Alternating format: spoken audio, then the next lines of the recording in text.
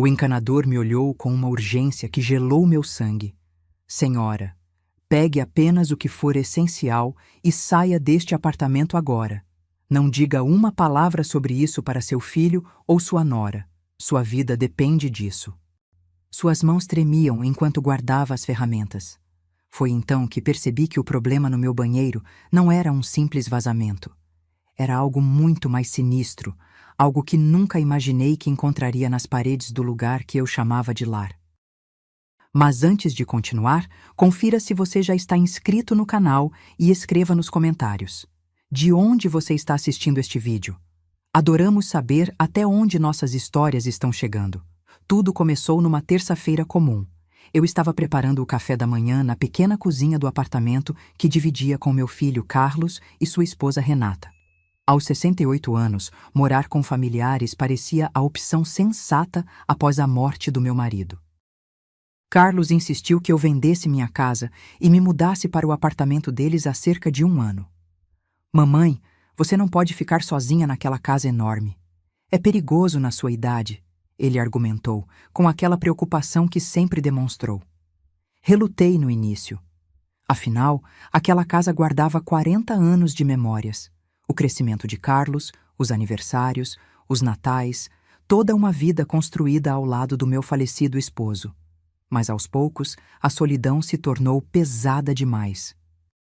E assim vendi a casa por um valor considerável e me mudei para o quarto de hóspedes do apartamento de Carlos e Renata. Na primeira semana, tudo parecia perfeito. Eles eram atenciosos, me incluíam nas refeições, perguntavam sobre meu dia. Mas gradualmente, algo começou a mudar. Não consigo precisar exatamente quando, mas percebi que me cansava com mais facilidade. Tinha dores de cabeça frequentes, tontura ocasional. Atribuía ao estresse da mudança, a idade avançando. Quem, aos 68 anos, não tem alguma queixa física, não é mesmo? Foi quando notei um pequeno vazamento no banheiro que uso. Uma mancha de umidade se formou no teto, bem acima do chuveiro. Comentei com Carlos durante o jantar. Filho, acho que tem um vazamento no banheiro do meu quarto. Ele parou de mastigar e trocou um olhar rápido com Renata. Algo naquele olhar me incomodou, mas não soube dizer o porquê. Deixa eu ver depois, mãe, respondeu, voltando sua atenção para o prato. 3 dias se passaram e a mancha aumentou. A água começou a pingar no chão do banheiro. Mencionei novamente o problema. Não se preocupe, mamãe. Vou chamar alguém amanhã sem falta, prometeu Carlos, evitando meu olhar. Na manhã seguinte, enquanto tomava meu café, ouvi a campainha. Carlos já havia saído para o trabalho e Renata estava no quarto. Atendi a porta e me deparei com um homem de meia idade, estatura mediana, usando um uniforme azul desgastado. Bom dia, senhora. Sou Roberto, o encanador. Vim verificar um vazamento? Levei-o até o banheiro e mostrei a mancha no teto. Ele examinou com atenção, pediu licença para verificar o apartamento de cima e voltou cerca de 20 minutos depois. Preciso dar uma olhada dentro da parede, explicou. O problema parece ser na tubulação interna. Enquanto ele trabalhava, fui preparar o almoço. Renata saiu do quarto, me cumprimentou brevemente e saiu do apartamento sem dizer para onde ia. O silêncio foi quebrado pelo som de Roberto me chamando do banheiro. Sua voz estava diferente, tensa. Senhora, pode vir aqui um momento? Ao entrar no banheiro, vi que ele havia aberto um pequeno buraco na parede. Seu rosto estava pálido, gotas de suor na testa. Olhou ao redor, como se verificasse se estávamos realmente sozinhos. O que foi? Encontrou o problema? Encontrei algo, mas não é um problema de encanamento, respondeu em voz baixa. A senhora mora aqui há quanto tempo? Pouco mais de 1 ano. Por quê? Ele hesitou, como se escolhesse cuidadosamente as palavras. Senhora, há algo instalado dentro desta parede que não deveria estar aqui. Algo perigoso. Meu coração acelerou. Que tipo de coisa? Ele apontou para o buraco na parede. Veja por si mesma.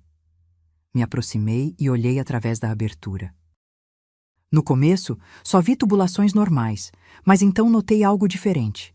um pequeno dispositivo com tubos finos conectados a um reservatório transparente cheio de um líquido esverdeado. O que é isso? É um sistema de dispersão de substâncias no ar. Está conectado ao sistema de ventilação deste banheiro e libera pequenas quantidades de químicos todas as vezes que a senhora liga o chuveiro ou usa água quente. Ele fez uma pausa. O vapor ajuda a dispersar a substância, que então é inalada. Mas isso não faz sentido.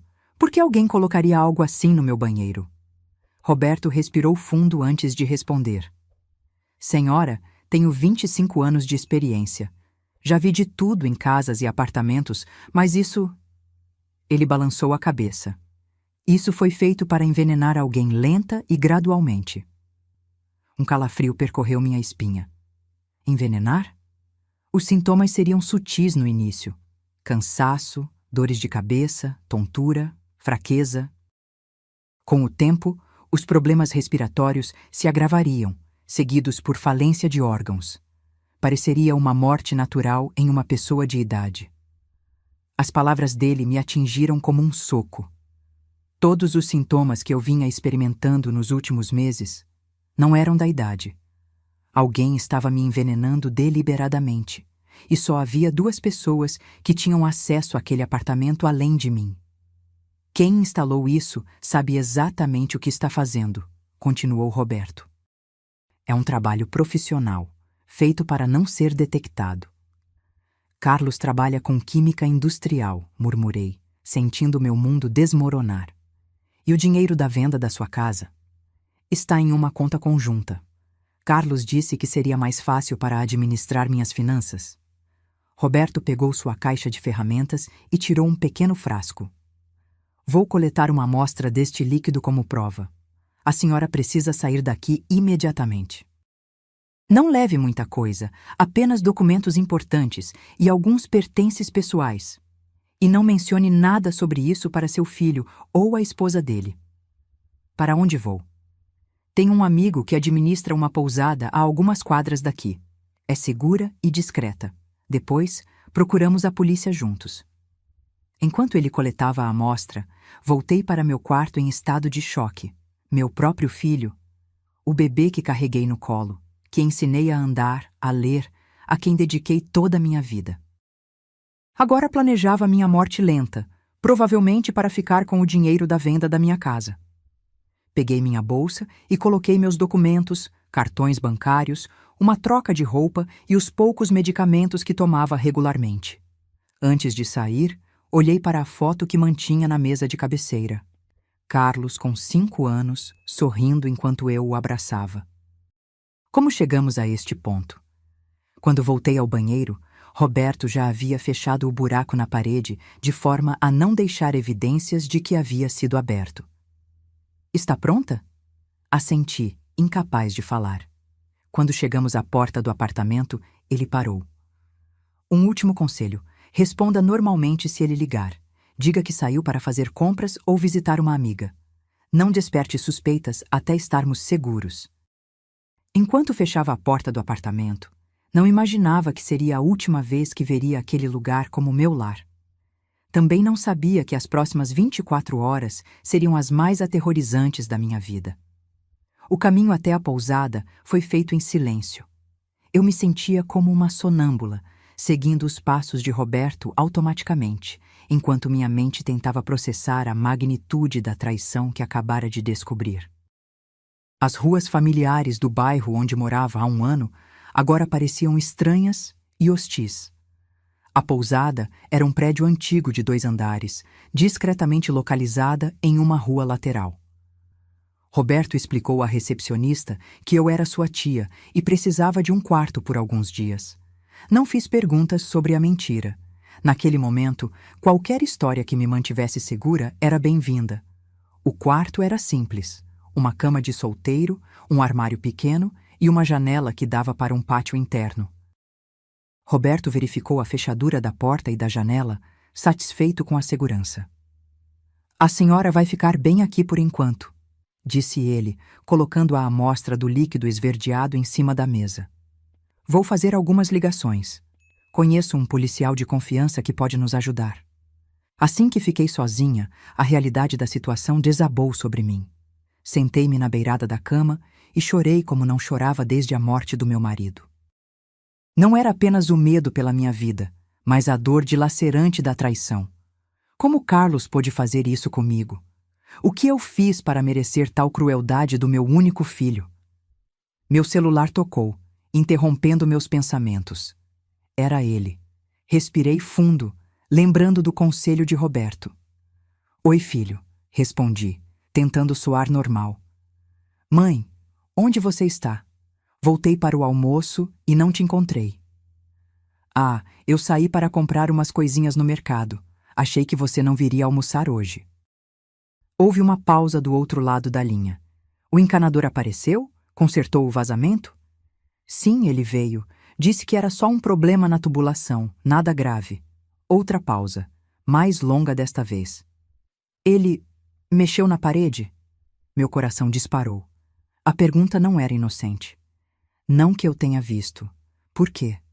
Por nada. Só queria saber se ele fez um bom trabalho. Sua voz soou mais relaxada. A que horas você volta? Não sei ao certo.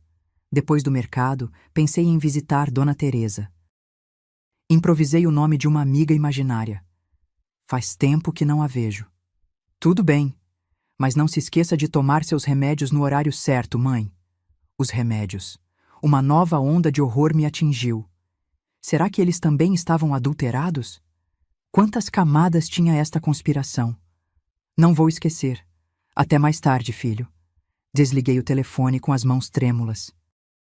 A familiaridade com que conversamos, como se nada estivesse errado, como se ele não estivesse lentamente me matando, me deixou nauseada.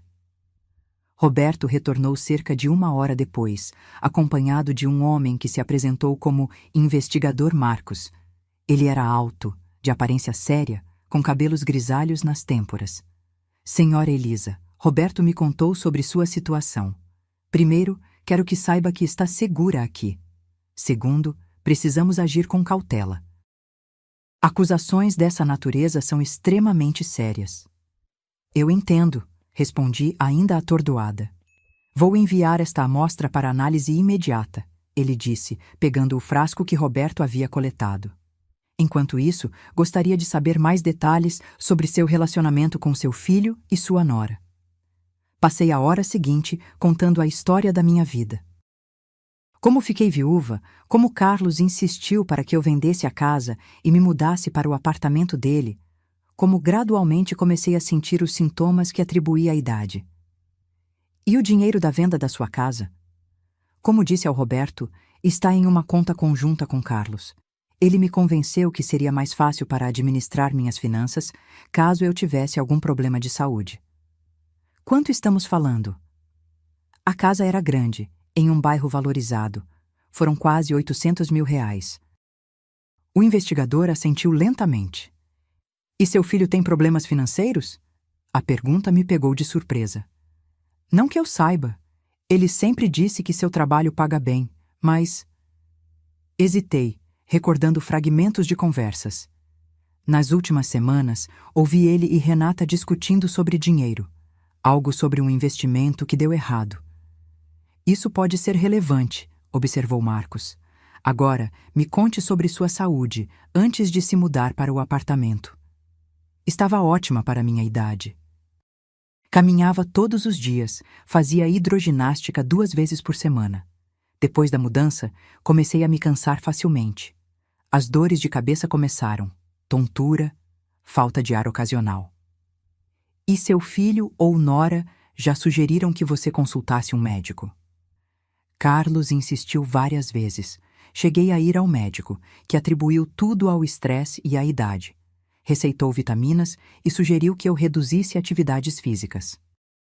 Eles alguma vez mencionaram um testamento ou seguro de vida? A pergunta me fez lembrar de algo. Carlos mencionou recentemente que eu deveria fazer um testamento. Disse que era importante para minha tranquilidade. Perguntou também se eu tinha um seguro de vida. Roberto, que estivera calado até então, interveio. Investigador, se eles perceberam que o dispositivo foi descoberto... Podem tentar acelerar o processo, completou Marcos, com expressão grave. Precisamos tirar a senhora daqui o quanto antes. Para onde? Perguntei, sentindo uma nova onda de pânico. Temos casas de proteção para testemunhas. A senhora ficará em um local seguro até resolvermos esta situação. Meu celular tocou novamente.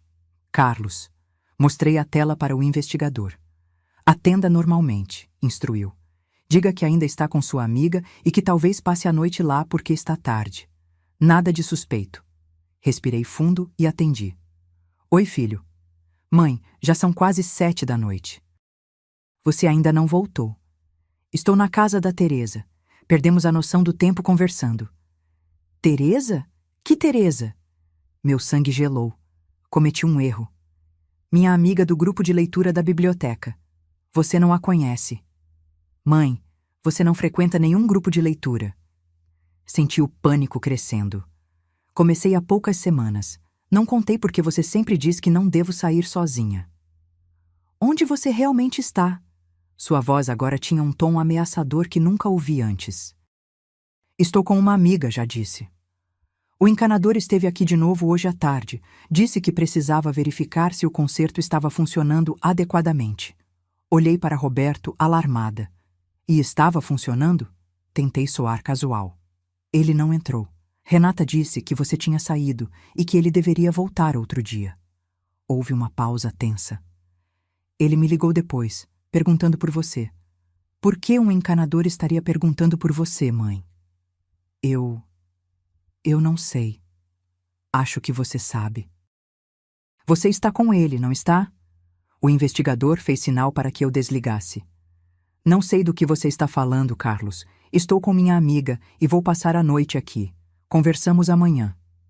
Desliguei antes que ele pudesse responder. Ele sabe, disse com a voz trêmula. De alguma forma, ele percebeu. O investigador Marcos já estava ao telefone, dando instruções rápidas.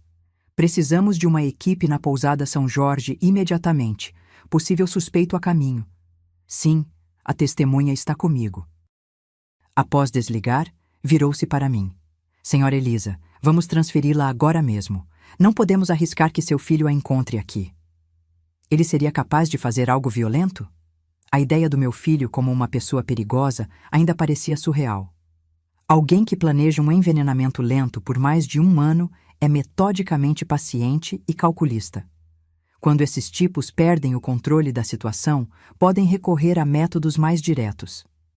Enquanto juntava rapidamente minhas poucas coisas, uma nova mensagem chegou ao meu celular. Eu sei que você descobriu, mãe. Podemos resolver isso em família. Não confie em estranhos. Mostrei a mensagem para o investigador, que a leu com expressão sombria. É hora de irmos, disse ele. Agora. Saímos pelos fundos da pousada e entramos em um carro policial não identificado. O céu escurecia rapidamente enquanto o motorista nos conduzia por ruas secundárias, evitando as principais avenidas. O investigador Marcos permanecia em contato constante pelo rádio, recebendo atualizações que não compartilhava comigo. Para onde estamos indo? Perguntei finalmente, depois de perceber que nos afastávamos cada vez mais do centro da cidade. Um apartamento seguro nos arredores. É um local que usamos para proteção de testemunhas, respondeu Marcos, desviando brevemente o olhar da janela para mim. Senhora Elisa, preciso que entenda a gravidade da situação. Seu filho pode ser mais perigoso do que imagina. Ainda não consigo acreditar que Carlos seria capaz disso, murmurei, observando as luzes da cidade ficarem para trás. Onde errei na criação dele? Não se culpe, interveio Roberto, que seguia conosco no carro. Algumas pessoas fazem escolhas terríveis, independentemente de como foram criadas. Chegamos, anunciou o motorista, estacionando em frente a um prédio residencial de aparência comum. O apartamento seguro era pequeno e espartano, sala, cozinha, um quarto e banheiro. Móveis básicos, nenhum elemento decorativo. Parecia um lugar onde ninguém realmente morava, e essa era exatamente a intenção. 2 policiais ficarão de guarda no corredor, explicou Marcos. A senhora não deve sair sob nenhuma circunstância até que tenhamos os resultados da análise e um mandado de busca para o apartamento do seu filho. Quanto tempo vai demorar? Com sorte, teremos os resultados preliminares pela manhã. Se confirmarem substâncias tóxicas, conseguiremos o mandado rapidamente. O investigador deixou um telefone pré-programado comigo. Use apenas este aparelho. Seu celular pessoal pode ser rastreado. Depois que todos saíram, sentei-me na beirada da cama, exausta física e emocionalmente. O silêncio do apartamento era opressivo. Pela primeira vez desde que Roberto encontrou o dispositivo na parede do meu banheiro, tive tempo para realmente processar o que estava acontecendo. Meu filho tentou me matar. A frase ecoava na minha mente, absurda e incontestável ao mesmo tempo. O menino que eu embalei em meus braços, que consolei durante tempestades, que ajudei com a lição de casa, que apoiei em cada fase da vida, havia instalado um sistema para me envenenar lentamente, para tomar meu dinheiro. As lágrimas vieram sem aviso, um choro silencioso que parecia não ter fim. Chorei pela perda do filho que achava que tinha, pela traição que nunca poderia ser reparada, pelo futuro que havia imaginado e que agora estava destruído. O telefone que Marcos deixou tocou, me sobressaltando. Senhora Elisa, aqui é o investigador Marcos. Temos uma situação. Seu filho foi até a pousada procurando por você. Meu coração acelerou. Ele fez alguma coisa? Confrontou o gerente, exigindo saber se você estava lá.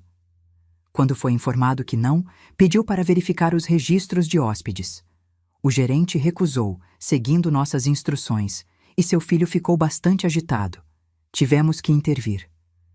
Vocês o prenderam? Não tínhamos base legal ainda. Apenas o questionamos e o advertimos sobre seu comportamento. Ele negou qualquer má intenção. Disse que estava apenas preocupado com sua mãe idosa que saiu sem avisar. E você acreditou nele? Claro que não. Mas temos que seguir os procedimentos legais. O importante é que ele não sabe onde você está agora. Após desligar, tentei descansar, mas o sono não vinha. Cada ruído no corredor me sobressaltava. Mesmo sabendo que havia policiais de guarda, não conseguia me sentir segura. Meu próprio filho queria me matar. Que segurança poderia existir depois disso? Por volta das 3 da manhã, o telefone tocou novamente. Senhora Elisa, aqui é o investigador Marcos. Desculpe ligar a esta hora, mas tenho novidades. O laboratório fez uma análise preliminar da amostra que coletamos. E detectaram arsênico, além de outras substâncias tóxicas, em doses que, com exposição contínua, causariam exatamente os sintomas que a senhora descreveu, levando eventualmente à falência múltipla de órgãos. Mesmo já suspeitando, ouvir a confirmação foi devastador. Com este resultado, consegui um mandado de busca para o apartamento do seu filho. Uma equipe está a caminho neste momento. Ele vai ser preso? Se encontrarmos evidências suficientes no apartamento, sim. Tente descansar. Atualizarei a senhora pela manhã. Mas o descanso não veio. Passei as horas seguintes revivendo momentos da minha vida com Carlos. Seu primeiro dia de escola, sua formatura, o dia em que conheceu Renata, seu casamento. Em todos esses momentos, eu estava lá, orgulhosa, apoiando-o incondicionalmente. E como ele retribuiu? Planejando minha morte como se eu fosse um inconveniente, um obstáculo entre ele e meu dinheiro. O telefone tocou novamente pouco depois do amanhecer. Senhora Elisa, temos novidades importantes. A equipe revistou o apartamento durante a madrugada. E encontraram algo? Sim. Seu filho aparentemente percebeu que o dispositivo foi descoberto e tentou removê-lo, mas não teve tempo de eliminar todas as evidências. Encontramos resíduos químicos na parede e, o mais importante, um caderno no escritório dele com anotações detalhadas sobre seus sintomas, doses administradas e um cronograma projetado. Meu Deus! Ele registrou meticulosamente sua deterioração nos últimos meses. Dores de cabeça, fadiga, tontura, tudo estava lá, com ajustes nas doses quando os sintomas não progrediam conforme o planejado. A frieza calculista me deixou enojada. E onde ele está agora? Esse é o problema. Quando a equipe chegou, o apartamento estava vazio. Seu filho e a esposa dele não estavam lá. Emitimos um alerta de busca, mas ainda não foram localizados. Um novo medo se apoderou de mim. Você acha que eles fugiram?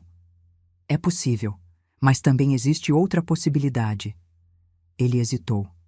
Qual? Eles podem estar procurando por você. A remoção apressada do dispositivo e as mensagens que seu filho enviou sugerem que ele está desesperado para impedir que você o denuncie. Mas como me encontrariam? Este lugar é seguro, certo? Teoricamente, sim, mas estamos lidando com alguém que provou ser extremamente metódico. Por precaução, vamos transferi-la para outro local ainda hoje. Após desligar, sentei-me tentando processar as novas informações. Carlos não só havia tentado me matar, como agora estava foragido, possivelmente me procurando para silenciar-me permanentemente. Uma batida na porta me fez pular. Senhora Elisa, sou eu, Roberto. Posso entrar? Abri a porta, aliviada por ver um rosto amigo. Roberto parecia tenso, com olheiras profundas. O investigador Marcos me pediu para ficar com a senhora enquanto ele organiza a transferência. Parece que seu filho e a esposa sumiram. Eu sei. Ele acabou de me ligar. Roberto entrou e verificou as janelas e portas, certificando-se de que tudo estava seguro. A senhora conseguiu descansar? Quase nada. Como poderia? Compreensível. Ele hesitou antes de continuar. O caderno que encontraram tinha coisas terríveis, senhora. Seu filho anotava friamente cada sintoma seu, como se fosse um experimento científico. E havia um cronograma. Segundo os cálculos dele, a senhora teria mais 3 ou 4 meses antes de... Ele não completou a frase, mas não era necessário. Eu entendi. Como pude não perceber? Como não vi o que estava acontecendo bem debaixo do meu nariz? Não se culpe. O plano deles era perfeito em sua crueldade. Um método lento, gradual, que imitava o declínio natural de uma pessoa idosa. Ninguém suspeitaria. Exceto você, observei. Se não fosse por você verificar aquela parede... Foi sorte. Muitos encanadores teriam apenas consertado o vazamento, sem investigar mais a fundo. O telefone tocou novamente. Roberto atendeu, trocou algumas palavras em voz baixa e desligou. Era o investigador Marcos. Eles localizaram o carro do seu filho abandonado perto da rodoviária. Acreditam que possam ter fugido da cidade. Então acabou? Perguntei, sentindo uma mistura contraditória de alívio e tristeza. Ainda não. Precisamos ter certeza de que eles realmente fugiram e não estão apenas tentando despistar a polícia. Ele verificou o relógio. A equipe que vai nos transferir chegará em 1 hora. Até lá, permaneça longe das janelas. A espera foi angustiante. Cada minuto parecia uma eternidade, enquanto eu refletia sobre o que o futuro reservava. Mesmo se Carlos e Renata fossem capturados e presos, minha vida nunca mais seria a mesma. A confiança que tinha nas pessoas, especialmente naquelas mais próximas, estava irremediavelmente quebrada. Roberto permaneceu alerta, verificando periodicamente o corredor através do olho mágico da porta.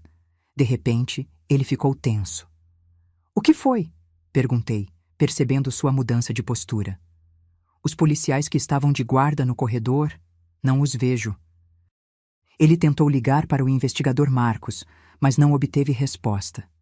Algo está errado, murmurou, afastando-se da porta. Prepare-se. Podemos precisar sair daqui rapidamente. Um silêncio opressivo tomou conta do pequeno apartamento. Roberto desligou as luzes e me fez um sinal para me afastar das janelas. Seus olhos, antes gentis e reconfortantes, agora estavam alertas, escaneando cada canto do cômodo. Os policiais deveriam estar visíveis no corredor, sussurrou. E o investigador Marcos sempre atende na primeira chamada. Você acha que... Carlos... Mal consegui pronunciar o nome do meu filho, agora carregado de um significado sombrio que jamais imaginei possível. Não podemos arriscar. Vamos sair pelos fundos. Roberto verificou o telefone mais uma vez, sem sucesso. Há uma escada de incêndio no final do corredor. Se conseguirmos chegar lá sem sermos vistos... Um som no corredor interrompeu suas palavras. Passos aproximando-se lentamente da nossa porta. Não eram os passos firmes e rítmicos de policiais em serviço, mas algo cauteloso, como de alguém tentando não ser ouvido. Roberto pegou uma faca na pequena cozinha e me fez sinal para segui-lo até o banheiro, o único cômodo sem janelas ou acesso externo. Mal havíamos entrado quando ouvimos um suave clique metálico na fechadura da porta principal. Meu coração batia tão forte que temia que pudesse ser ouvido. Ali, encurralada no banheiro de um apartamento desconhecido, eu estava prestes a confrontar a realidade da traição do meu filho de uma forma que nunca imaginei possível. A porta do apartamento se abriu com um rangido suave. Passos lentos atravessaram a sala, parando ocasionalmente como se quem quer que fosse estivesse verificando cada canto. "Mãe?" A voz de Carlos quebrou o silêncio, fazendo meu sangue gelar. "Sei que está aqui." Vi os policiais saírem. Estamos sozinhos agora. Roberto Cotentar novamente me continuar. Roberto colocou um dedo sobre os lábios, sinalizando silêncio absoluto. Estávamos encurralados no pequeno banheiro, a faca improvisada como única defesa. Os passos de Carlos se aproximavam lentamente. "Mãe, sei que você descobriu nosso pequeno... projeto." Sua voz soava estranhamente calma. Não era para ser assim. Tudo poderia ter sido tão simples se aquele encanador intrometido não tivesse aparecido. Prendi a respiração quando a maçaneta da porta do banheiro girou suavemente. Trancada. A única barreira física entre nós e meu filho. "Por favor, mãe, precisamos conversar. Não é o que você está pensando", continuou ele, a voz agora próxima à porta. "Renata e eu só estávamos tentando ajudar. Você estava ficando mais velha, precisando de mais cuidados. O dinheiro seria para custear seu tratamento." Mentiras.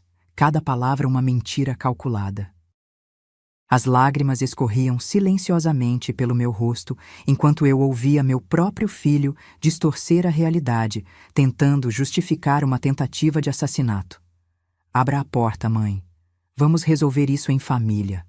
Roberto escreveu algo em um papel e mostrou para mim. "Precisamos ganhar tempo até a polícia chegar." Respirei fundo, reunindo coragem. "Carlos, por que você fez isso comigo?" Um silêncio momentâneo do outro lado da porta. "Então, você está aí. Ótimo."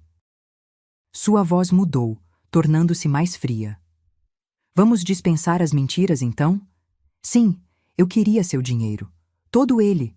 Preciso dele. Devo muito a pessoas perigosas." "Quanto você deve?" perguntei tentando mantê-lo falando. "Mais do que você pode imaginar. Apostas, investimentos errados, 500.000, talvez mais. Eles ameaçaram Renata. Ameaçaram queimar nosso apartamento com a gente dentro." Houve uma pausa. "Era você ou nós, mãe? Uma escolha fácil, na verdade." "E o dispositivo na parede?" "Ideia da Renata. Ela tem formação em química. Sabia como fazer parecer uma morte natural. Ninguém questionaria uma senhora de 68 anos morrendo de problemas respiratórios ou falência cardíaca." Ele bateu suavemente na porta. "Agora abra. Ou eu derrubo esta porta." Roberto apontou para a janela do banheiro. Pequena, mas talvez suficiente para eu passar.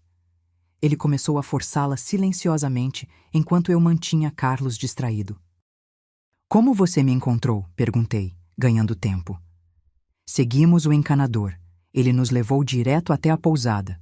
Depois, foi só questão de verificar com qual policial ele falou, seguir o carro. Sempre fui bom em seguir pessoas sem ser notado. Um estrondo na porta me fez pular.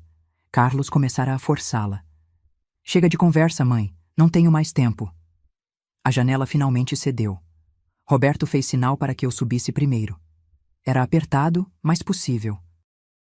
Enquanto me içava pelo batente, ouvi o som da madeira rachando. A porta do banheiro estava cedendo aos golpes. Você não vai a lugar algum, gritou Carlos, sua voz perdendo toda a pretensão de calma. Consegui passar pela janela e me vi em uma plataforma metálica, parte da escada de incêndio do prédio. Roberto veio logo atrás, mais ágil que eu esperava para alguém de sua idade e porte. Depressa, sussurrou, apontando para baixo. Temos que descer antes que ele nos alcance. A escada de metal rangeu sob nossos pés enquanto descíamos rapidamente. Chegando ao segundo andar, ouvimos um barulho acima de nós. Carlos havia conseguido passar pela janela do banheiro e agora nos perseguia. Mãe, volte aqui! Sua voz ecoou pelo beco, distorcida pela raiva. Não tem para onde correr! Continuamos descendo até o térreo. Minhas pernas doíam, meu coração parecia prestes a explodir, mas o medo me impulsionava. Ao chegarmos ao chão, Roberto me puxou em direção à rua principal. A delegacia fica a 3 quadras, ofegou. Se conseguirmos chegar lá... Um barulho metálico nos fez olhar para trás. Carlos havia pulado os últimos degraus e agora corria em nossa direção.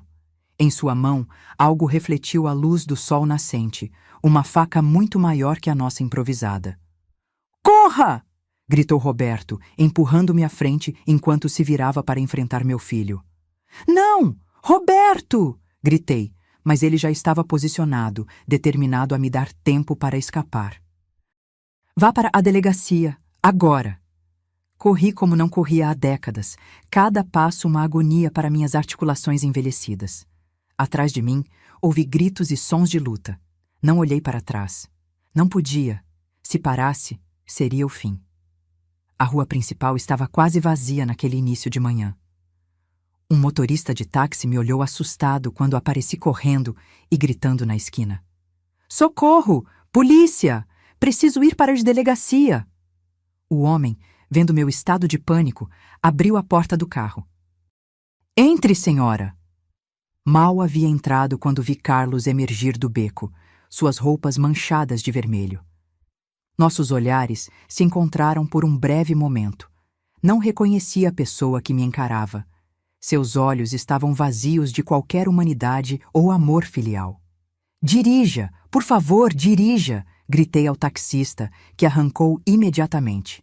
Olhando pelo vidro traseiro, vi Carlos tentando nos seguir, mas logo ficou para trás. No entanto, seu rosto, aquela máscara de ódio que substituiu as feições do meu filho, ficou gravado na minha memória. Senhora, o que aconteceu? Perguntou o taxista, olhando-me pelo retrovisor. Meu filho. As palavras pareciam absurdas mesmo quando as pronunciei. Meu filho tentou me matar. O táxi parou em frente à delegacia 3 minutos depois. Entrei tropeçando, ainda em estado de choque, gritando por ajuda. Um policial jovem correu para me amparar. Senhora, acalme-se. O que houve? Investigador Marcos. Preciso falar com ele. Roberto, meu filho atacou ele. No apartamento de proteção. Por favor, rápido. Minha fala desconexa causou confusão inicial, mas a menção ao apartamento de proteção e ao investigador Marcos foi suficiente para mobilizar a equipe. Logo estava em uma sala com o delegado, relatando freneticamente os eventos, enquanto viaturas eram despachadas para o local. O Sr. Roberto. Ele ficou para trás para me proteger, disse, a voz embargada. Meu filho estava armado. Estamos enviando ambulâncias e reforços, garantiu o delegado. A senhora está segura agora. Mas eu não me sentia segura. Não me sentiria segura nunca mais. Não enquanto Carlos estivesse livre. Não depois de ver aquele olhar em seus olhos, o olhar de alguém que havia cruzado um limite do qual não havia retorno. Os minutos seguintes se arrastaram como horas.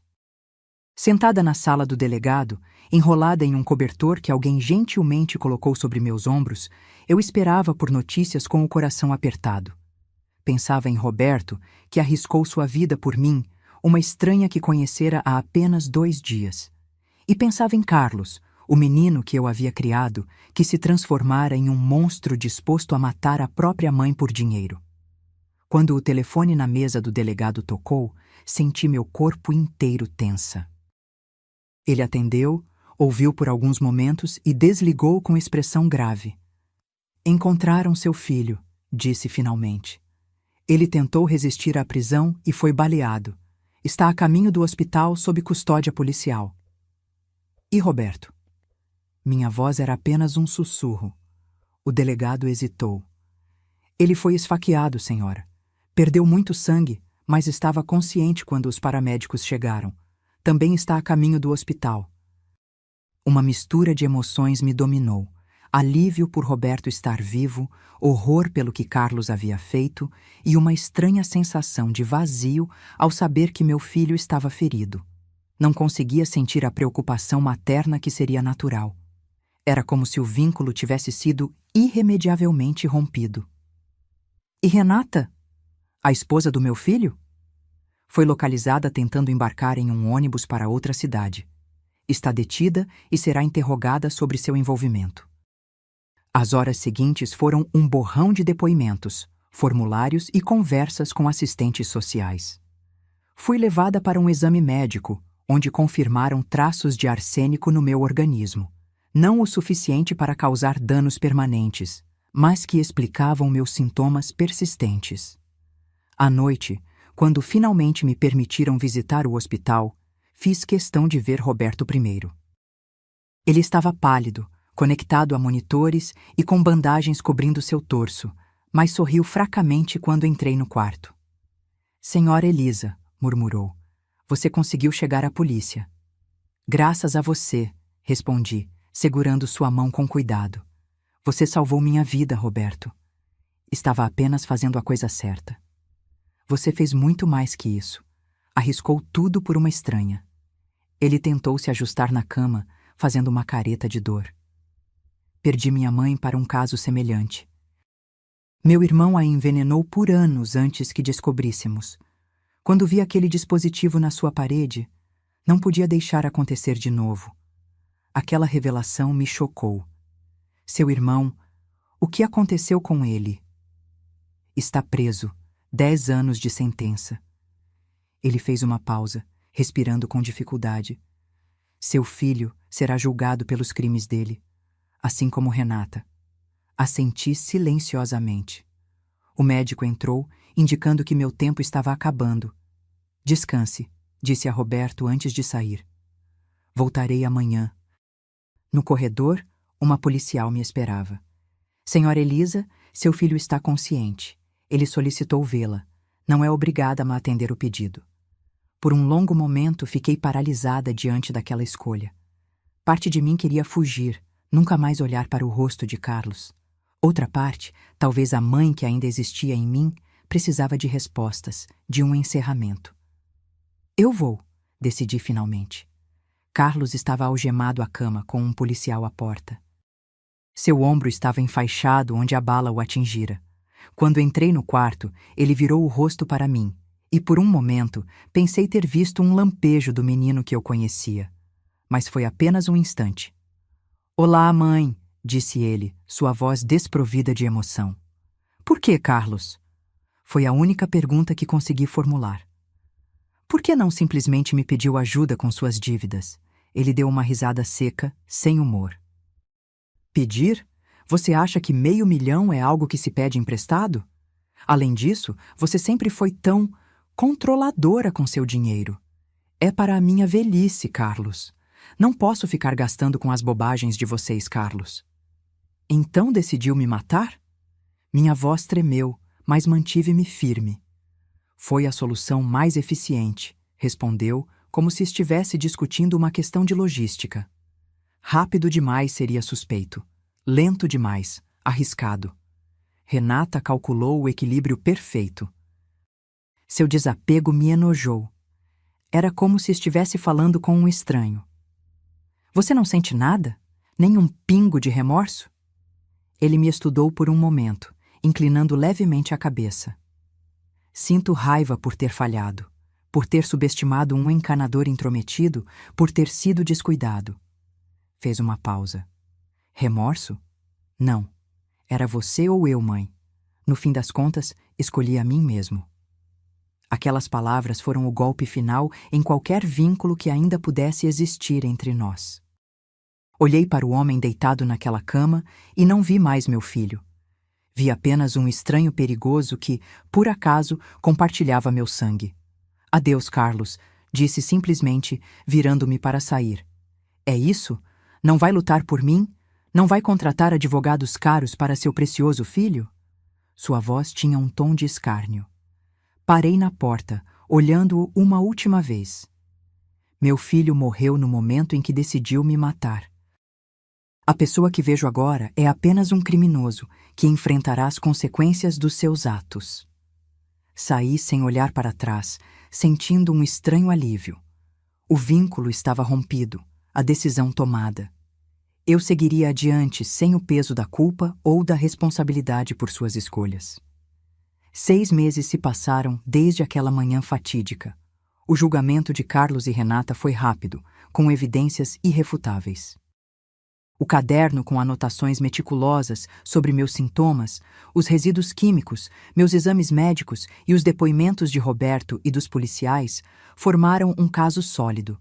Carlos foi condenado a 25 anos por tentativa de homicídio qualificado. Renata recebeu 18 anos como cúmplice e por ter fornecido os conhecimentos químicos para o plano. Nenhum dos dois demonstrou remorso durante o processo. Roberto se recuperou completamente dos ferimentos e nos tornamos amigos próximos. Sua coragem e integridade foram um lembrete de que ainda existem pessoas boas no mundo, mesmo quando aqueles que deveriam ser os mais confiáveis nos traem. Vendi o apartamento que tinha comprado com o dinheiro da minha antiga casa e me mudei para uma pequena cidade litorânea, longe das memórias e da dor.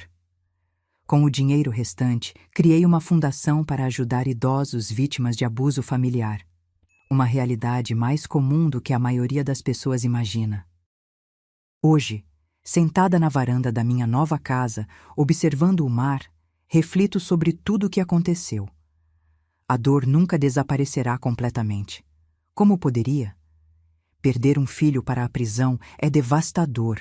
Perder um filho para a ganância e a crueldade é ainda pior. Mas há uma estranha paz em finalmente enxergar a verdade, por mais dolorosa que seja. As pessoas me perguntam como consigo seguir em frente depois de tamanha traição. A resposta não é simples. Cada dia é uma escolha consciente de não permitir que o que Carlos fez defina o restante da minha vida, de não deixar que a amargura consuma o tempo que me resta. Aprendi que família não é apenas sangue. Roberto, que não tinha nenhuma obrigação comigo, arriscou tudo para me salvar. Os policiais que me protegeram, os assistentes sociais que me ajudaram a reconstruir minha vida e os novos amigos que fiz nesta comunidade, todos eles se tornaram minha família por escolha. Também aprendi a confiar em meus instintos. Haviam sinais que ignorei, pequenos momentos de desconforto que reprimi porque acreditava que um filho jamais machucaria a própria mãe. Agora sei que a maldade pode existir em qualquer lugar, mesmo nas pessoas que pensamos conhecer intimamente. Às vezes, quando o sol se põe sobre o oceano, penso no menino que Carlos foi um dia. No bebê que embalei, na criança que ensinei a andar de bicicleta, no adolescente que consolei após o primeiro coração partido. Talvez aquele menino tenha morrido muito antes do homem decidir me matar. Talvez eu apenas não tenha percebido sua ausência. O telefone toca, interrompendo meus pensamentos. É Roberto ligando para confirmar nosso almoço semanal. Sorrio enquanto conversamos sobre coisas simples. O clima, um livro que ele está lendo, a exposição de arte local que planejamos visitar. A vida segue, não da maneira que planejei, mas de formas surpreendentes e às vezes maravilhosas. Descobri uma força em mim que não sabia que existia. Aprendi que mesmo aos 68 anos é possível recomeçar, construir algo novo das cinzas de uma vida que desmoronou. A traição do meu filho me ensinou a mais dolorosa das lições, mas também me libertou de uma maneira que nunca imaginei possível. Hoje, vivo cada dia plenamente, apreciando as pequenas alegrias, cultivando amizades verdadeiras e ajudando outros a superarem suas próprias traições familiares. E quando as memórias dolorosas tentam me puxar de volta para a minha escuridão, olho para o oceano e me lembro. Assim como as ondas, a vida continua a se mover, incansável, imparável, sempre em frente. Agora, se você gostou dessa história, clica em se inscrever e me diz nos comentários qual parte te deixou de queixo caído. Ah, e não esqueça de se tornar membro para ter acesso a vídeos exclusivos que não posto aqui. Te espero lá.